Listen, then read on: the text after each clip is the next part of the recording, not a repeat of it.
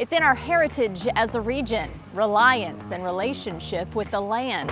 How can agriculture continue to support a rapidly growing community, and how can we continue to support the longtime and new farmers who feed our region with healthy, locally grown vegetables, fruits, and more? Plus, we're cooking it all up with Chef Matt Cooper. Local produce has never looked so good. That's next on Downtown Now.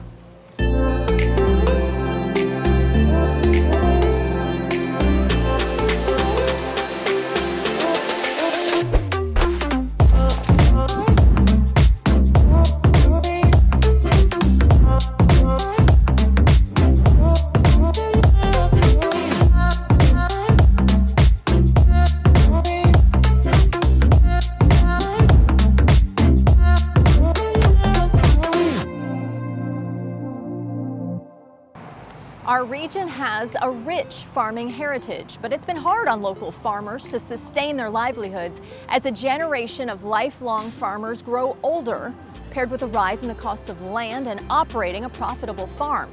As we see at the Bentonville Farmers Market and at our local restaurants, there's a high demand for locally grown fruits, vegetables, and more. So let's start at the beginning with the essential role farming plays in our food supply chain. You're going to hear from Karen Endy, an agriculture and food specialist working with the Walton Family Foundation, to explain the work that the Northwest Arkansas Food Systems does to support our local farmers or those with an interest in learning how to farm, but by providing opportunity, access to land, education, capital, and more. In order to help make a robust food system, the system has to function effectively. There's a rich heritage of farming in Northwest Arkansas, and we've lost a lot of that. And I think the Walton Family Foundation wanted to make sure that we were supporting the farmers that we have left and also helping to get local food on local tables. So we spent a year doing research and trying to understand what were our resources and assets that we still have in Northwest Arkansas around producing fruits and vegetables, and where were there big gaps. So we designed a strategy that aims to fill the gaps all along the food system. Broadly speaking, we talk about growing farmers and growing markets, and we have specific supports in those two categories in order to make a food system work. So in order to do that, we need to look at how do we grow farmers, and we're doing that in 3 different ways, really looking at every place along a farmer's business pathway, from beginning farmers to farmers with some experience to farmers that already are very experienced and need additional assistance in order to grow and scale for wholesale or with things like season extension or food safety. We're supporting at the University of Arkansas the new Center for Arkansas Farms and Food. They have an 11-month hands-on farm training program and a farmer apprenticeship program. So really, I think I want to be a farmer. How do I figure this out? What do I do? You can enroll there, and through all 4 seasons, learn the growing process. And one of the most exciting things I think about their program is that there's a business component, and they recognize that farmers are small business owners, they're entrepreneurs, and making sure that when you graduate, you have both a growing plan for your farm and a business plan so you understand farm viability and you can be successful in your farming operation. The next stop in this Farm to Market to Table episode is a local orchard. Now, to simplify this process, we're following the journey of a nectarine from the orchard to the Bentonville Farmers Market to your table. Brook Beer House starts the journey at A&A Orchards. My friends John and Elizabeth from A&A Orchards are taking us on a deeper look into what a thriving and sustainable farm looks like. Let's go. I think outside of our apples, I know people love peaches, but it's probably the best fruit we grow. I love nectarines. Back in 1979, I bought the orchard. It was actually an established orchard, mostly pears with some apples. It was initially planted to be a Gerber orchard, and it was planted in 1963. We had no peaches then. Now we've got about 9 acres of peaches. So we have 9 acres of peaches, about 7.5, 8 acres of apples. Back then we had 2 varieties, Jonathan and Golden Delicious. Now we have close to probably 50 that are actually in bearing, and another 100 or another 50 that are kind of on a trial basis. And most of those are different types of apples. Some of them are hard cider apples. You know, when John and I are thinking about a food system, we're also including our, part of that system is our agroecosystem, which we completely rely on great pollination. The wild bees kind of are the foundation of pretty much everything we do here. It became as important to say, how are we going to raise the fruit? Can we raise it so that we can still have this here, where you've got bees and native bees, or do you want to raise it in an environment that is sterile, where you've killed everything? And we decided that what was the most important thing is how are we going to raise this fruit and let this biodiversity here on the orchard flourish as much as we can. The other thing that we don't use any herbicides. So we're coming through and weed eating wherever we're working, which is in the peaches right now. We come through and we weed eat rather than using any herbicides as well. See this peach that isn't ripe? Can you see the kind of a green undertone to it? Yeah. Okay. And then when you get to peaches that are ripe, they'll start losing that undertone and they'll get more yellow, okay? I don't know that everyone really realizes that there's a fruit season anymore.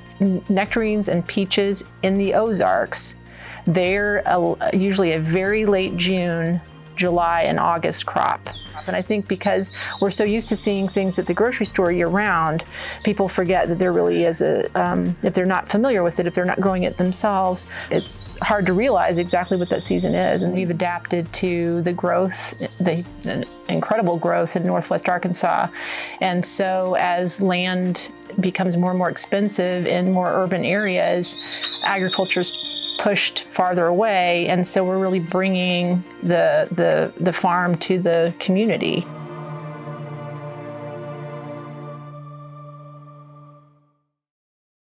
Every Saturday and Thursday, the Bentonville Farmers Market showcases beautiful locally grown produce grown with love from farmers that live in our community.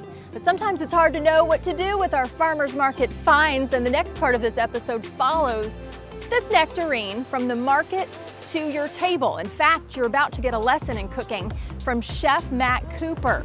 He has the new gluten-free restaurant in downtown Bentonville called Conifer, right over my shoulder.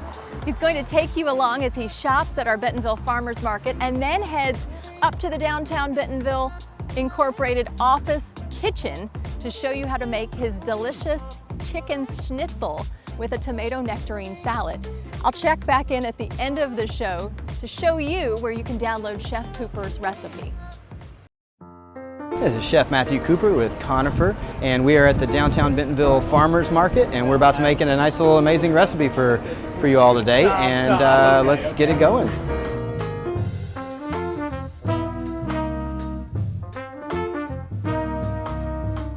Hey Matt. Hey, what's up? Hey, it looks like you've taken over our office. Absolutely, just like I normally do. Yeah, that's great. I heard a rumor that you were making me lunch. I am. I just shopped through the market and saw some amazing humans and some amazing product, and I have put together kind of the quintessential, what I think, summer dish right now. So awesome. What is it? So we're gonna do a pounded out chicken breast, a schnitzel, with a tomato peach and heirloom tomato salad with some local herbs. Awesome. Well, it looks like you hit some great vendors this morning. Oh yeah. Well, I'm gonna go back and check on the market, and then once you're done, I'm coming up to have a bite. That sounds great. Let's get right into it. Awesome. All right, guys. So we are going to make a schnitzel today, and we're going to use some chicken that we got from the market. We're gonna pound that out and bread it, and then we're gonna make a quick, easy dressing, and then we're gonna make a tomato, peach, and heirloom tomato salad with some fresh herbs and some other things to go right on top. So we're gonna get right in. So what we've got is we got a nice chicken breast that we got from the market. Now, if it's too big, obviously, to what we're gonna do in pounding it out, we will do that. This one's a fairly large one, so this would be good for 2 portions. So we're gonna cut that and butterfly it really quickly. Right? Not cutting all the way through it. Kind of see how big you want that to do. We could go super big, and actually, we might do that. And you just gotta think about the size of your pan. So again, we've got the chicken breast right here. We've got our little, you can use whatever meat mallet or whatever you like. And we're gonna pound that guy out a little bit. We start at kind of the head of the breast, and push your way back. And what you're looking for is just really to be even, right? So that it cooks evenly and things like that. And what's great about Schnitzel, it's like fried chicken, but it's really, you know, again, super huge, really big. So, and then what we've got right here, I've got some seasoned flour, right? And I've got gluten-free flour here. So if you're celiac or gluten intolerant, you can do that as well. So that works out really good. And then I've got standard breading procedure, which is flour, egg wash, and panko breadcrumbs. Okay, and that really helps to seal in the moisture. So most of you should be used to that. So, and you can use whatever you want to whisk up these eggs, whatever you really have lying around. And you can add a little bit of water, heavy cream if you like to give it a little bit more texture, but you don't have to for sure. All right. And then you're going to go into the flour and dust it. Like that. Make sure it coats everything really good because you want to create the seal with the moisture. Make sure nothing like that. Again, then we go straight into the egg wash. Just like that. Super easy. This is super fun. You can do a lot of these at once and then even lay them out flat and freeze them so that you can have them for later because, you know, this is a little bit labor intensive, you know, and that just makes it easier for you to pick it up later, do it when you want. And then we are going to just let that sit in the panko breadcrumbs and really absorb all those to make sure everything's sealed really good. And then we're going to make our dressing and wash our hands. I'm gonna make a really simple dressing. Okay, so let's get right into it. I do a 3-to-1 ratio of oil to vinegar in my dressings, okay? And that's standard for everything. So this recipe is a base recipe that you can build upon time and time again and really get creative and have fun and not be too stressed out about the whole dressing thing, right? So I like mason jars because they've got these wonderful lines on them so you can know what you need to do. Like 3-to-1 makes it a little bit easier to do. I'm gonna put all the liquid as far as the acid in first. So we've got our apple cider vinegar, and then now I'm going to do I'll put that over here for a sec. I'm going to smash our garlic. You always get a little bit, you always need more garlic because you always have a little bit that runs away from you. Now, you can use this smash method. You want to get those cores off and get them out of the way. And then I'm using basically the knife as a mallet. Okay, and then the blade is always going to be away from me, and then when I'm hitting down, I'm moving the knife away from the garlic, so that gives this nice little minced look. And you can come by and just chop it up. It can be rough chop, minced, whatever you like. I don't mind some nice strong garlic kind of coming into play in my dressings. Also, you can use a blender if you're really comfortable with a blender. That's great too, and you can use that to puree all your herbs to get that beautiful vibrant color, infuse that flavor even faster, like a Vitamix. Most people have Vitamix, but this is a really simple, easy way to make a dressing really quickly. We're just gonna put that in there like that. That's great. And then, so we've got our vinegar, our garlic, that's gonna start to pull it out. We're gonna go ahead and put about 2 tablespoons of our Dijon or brown mustard or whole grain, depending on what you want. So that's in there. Right, and then we're going to grab just a little bit of herbs from our farmers market. So we're going to do some basil. I love basil vinaigrettes. Now, what I'll tell you about these herbs is these stems are really chewable and edible. So I have a saying that says if it breaks, it eats, and that means as you're pulling these herbs apart, if the stem breaks off, try that. If that's tender, there's a lot of essential oils in there. There's a lot of flavor in those stems. So really be thinking about what you can do to expand your knowledge on how you're using and how you're cooking, and that's what I always do. So we're gonna chop this up real quick, or you could call it a chiffonade. Normally you'd lay all the leaves out together and then roll it up and chiffonade it. We're just gonna do a chop real quick, just like that. Bring it back, and again, you can use your knife as kind of a shovel, always moving the blade away from you so that you're not going to get into a cut yourself scenario. That makes it not as fun, right? Bring it like that. Wipe that off. There we go. Got a little towel here. All right, so we've got our herbs in there. Now I'm going to do a little bit more seasoning, a little bit more salt. Okay, so that's probably about a teaspoon. Got a teaspoon of black pepper. All right, and then we've got our 3 times the amount of oil that goes in. That goes in last because you kind of want the flavors to meld a little bit while you're doing the rest of that. And then the top just goes on, and you just shake, shake, shake, shake, shake, shake. Now what you want from the consistency of your dressings when we're doing this is you're gonna want what's called nappe consistency. And all that means is it's French for coats the back of a spoon, okay? And that's when you know you have the texture right. So you're gonna have this great little, see that? Isn't that great? Emulsification, you've got the garlic in there, the herbs. You wanna taste it, of course, for seasoning. That's perfect, that's great. Just the amount of herbaceousness, salinity, acidity. Oh, it's gonna go so great with these tomatoes and peaches and cucumbers that kind of bring that together. So it's okay to make this a little stronger. That's why I always make my vinaigrettes a little strong, because everything else that I'm putting with it is gonna bring that balance to the dish, okay? All right, so let's get right into the salad, guys. So this is some great hydroponic arugula that we've got right here. We're just gonna kind of roll that up. I'm gonna cut the end off. All right, so next we're gonna take our tomatoes. I use a lot of the tomato. So the easiest way I've found to cut these heirloom tomatoes especially, and instead of trying to do the scary, like I'm gonna cut the core of the tomato out or slice it and lose a lot of tomato, I don't like to do that. I don't like to waste anything. So I'll quarter them, core going, and I'm cutting the core in the middle like that. So we've got all this, right? And then you can just simply come through and just straight cut the core just right out. Makes it super easy. Right, just like that. I'm gonna cut this into what I call an oblique, and that is a cut.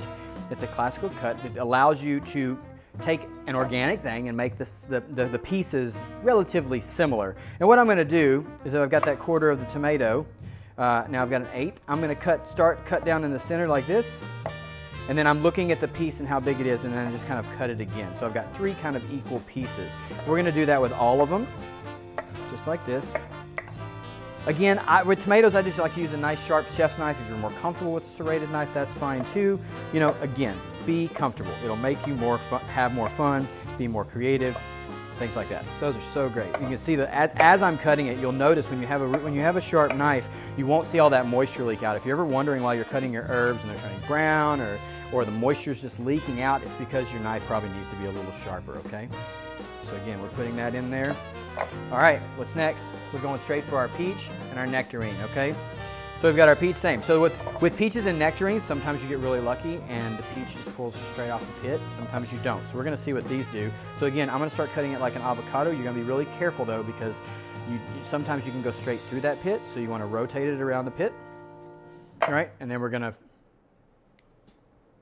nope, not one of those. So if that happens, you're gonna look down, you're gonna see where that pit is, and you're gonna kind of go around it just like you would a pineapple. If you hit it, just move your knife a little bit. All right, just like that. Try to get it in one fluid motion like that. That always helps. And then we're gonna put that off to the side really quickly, and we're gonna do our peach. Let's see if we get lucky with the peach. Probably won't, but we're gonna try. Oh, we did, look at that. Pulls right off the pit. Super easy.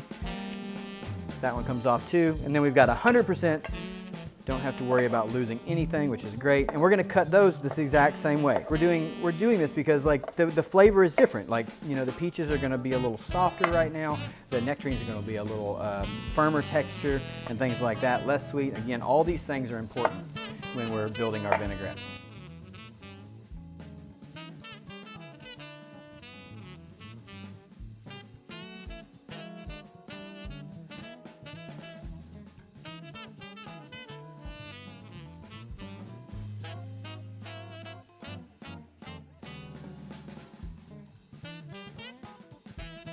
We're gonna pour it right over. Then you give it a quick shake, stir. And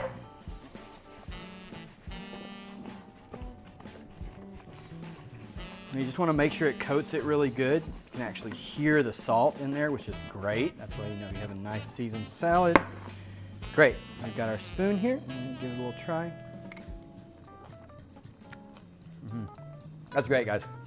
You got the perfect balance of acidity and sweetness and everything out. And so that's great. You know what I forgot? Honey. And that's okay. Just people make mistakes all the time. That's fine. So what we're gonna do We're gonna add a little bit of honey in that dressing, okay? So I was like, what's going on? Something's missing. There we go. We like making a mess too. Let's do that again. There we go. We're gonna shake it up real quick. Perfect. That's great. One more try. Yep, there it is. We're just gonna add a little bit more.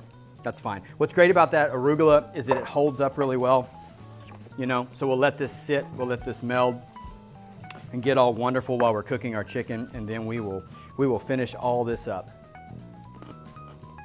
That's it.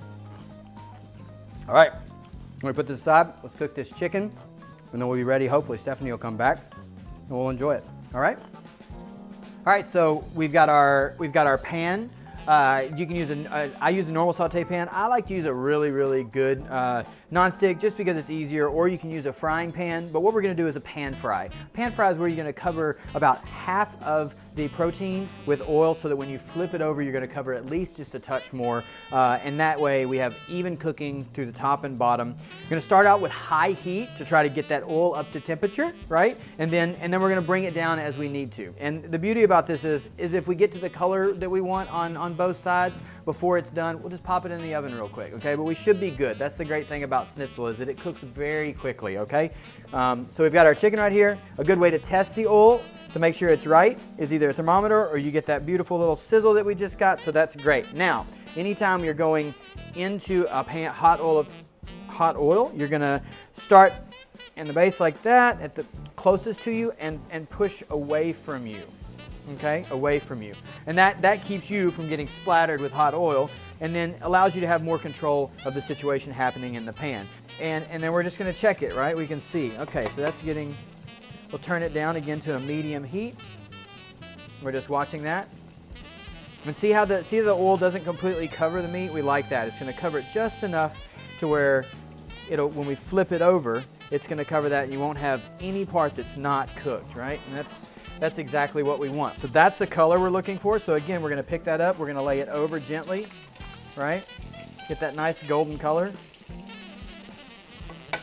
Again, laying it away from ourselves to make sure. Now, if you're not comfortable with doing pan fries and things like that, that's an easy fix. Just get a bigger pan with higher sides. That way you feel comfortable. We want you to have fun with cooking. And if not, then you can just put a little bit of oil in the pan, and you can saute that really quickly, get it brown. Do the same with the other side, and then pop it in the oven at like 350, 375, depending on the strength of your oven, and then finish it that way if you're looking for a less fat intensive meal. So that's super easy. You could even just spray it down with some really good organic cooking spray as well, and bake it in the oven if you prefer that, if you have to stay away from a lot of fat. So the great thing about Schnitzel is a street food. It's something that everyone can kind of relate to. It's got great texture. It's got that crunch. It's got the tenderness of the meat. We could have gone a step further today and taken that chicken breast and brined it overnight in dill pickle brine, so the juice that everybody drinks, you could have done that, and that would have tenderized the meat just a little bit more. So if you had time to do that the day before, so say on Sunday morning, you're shopping at the farmer's market on Saturday, then you have a little bit more time to prep. You could cut up all these vegetables and things like that, just not the herbs because you don't want them to bruise. And that way you have time to just pull some stuff together really quickly if you wanted to do a nice dinner, right? Because this is a simple lunch or dinner, but it's also really nice. So, and again, if you were doing these in large batches, do that again. So I always like to flip it one more time. You'll hear that moisture that's come up, and then that's a good sign that we're getting very close to being done.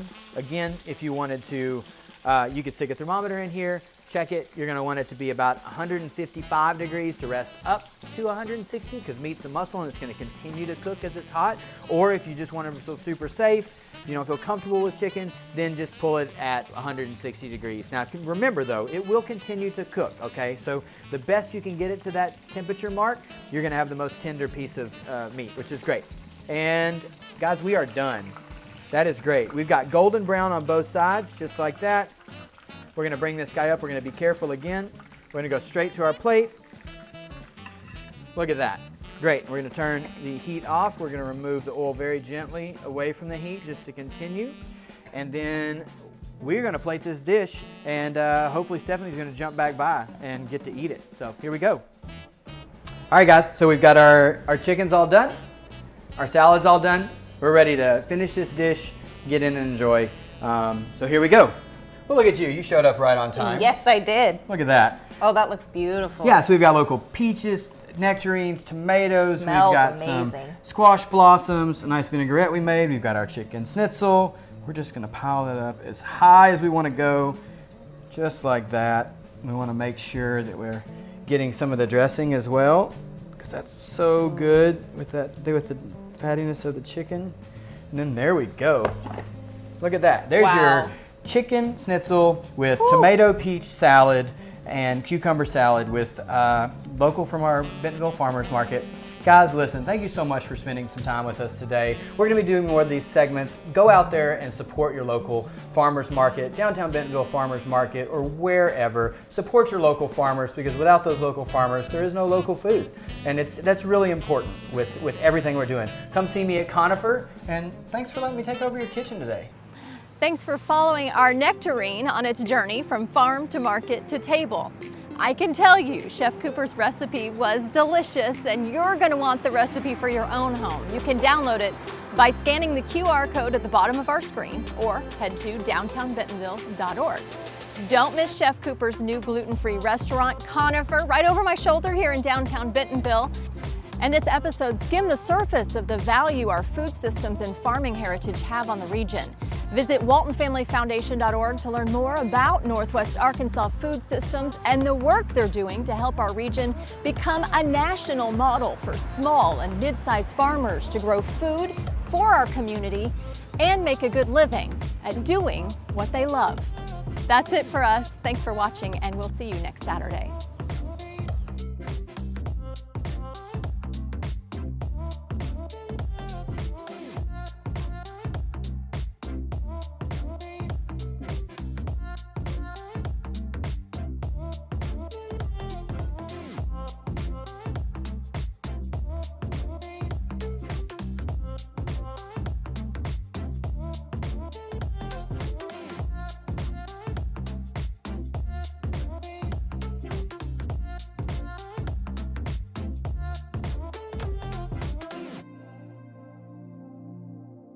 We hope you enjoyed this episode, produced by the community nonprofit Downtown Bentonville, Inc. Our team works year-round to build and promote a welcoming and lively downtown Bentonville through experiences, education, and storytelling. Last year, as events were put on hold in our region, Downtown Bentonville, Inc. launched Downtown Media, a community-supported, community-driven storytelling platform. You can see our videos on social media, before movies at Skylight, and right here on KNWA. If you would like to learn more about DBI and Downtown Media, or be featured in one of our storytelling projects, or support us in an upcoming year, please visit downtownbentonville.org.